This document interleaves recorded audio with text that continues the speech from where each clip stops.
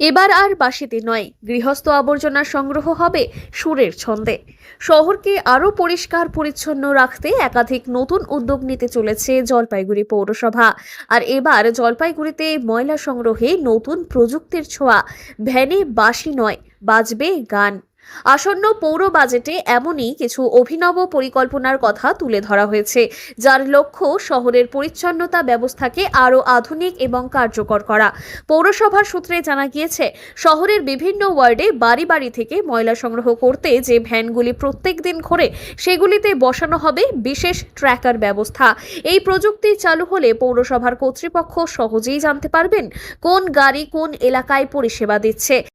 প্রত্যেক যে ময়লা তোলার গাড়ি আছে তাতে লাগানো থাকবে, এবং সেই ময়লা তোলার গাড়িগুলোতে আমরা একটা করে ওই যে ময়লা দিয়ে গান দেবো, যাতে মানুষ সেই গানটা শুনে নিজেই বেরিয়ে আসে।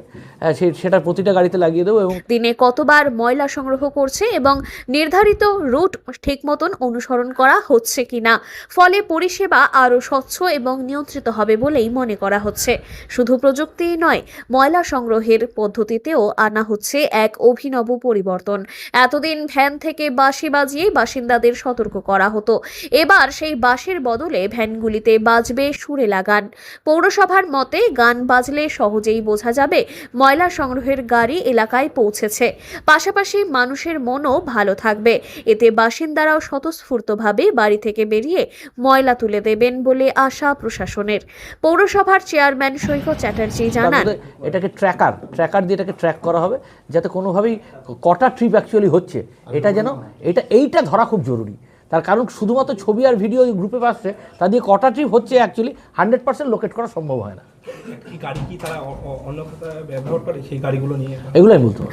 ধাপে ধাপে শহরের সবকটি 25টি ওয়ার্ডেই এই পরিষেবা চালু করা হবে। প্রযুক্তি এবং মানুষের অংশগ্রহণের সমন্বয়ে শহরের পরিচ্ছন্নতা ব্যবস্থাকে আরও উন্নত করার লক্ষ্য নিয়েই এই উদ্যোগ নেওয়া হয়েছে। জলপাইগুড়ি থেকে সুরজিৎ দে রিপোর্ট, লোকাল 18 বাংলা।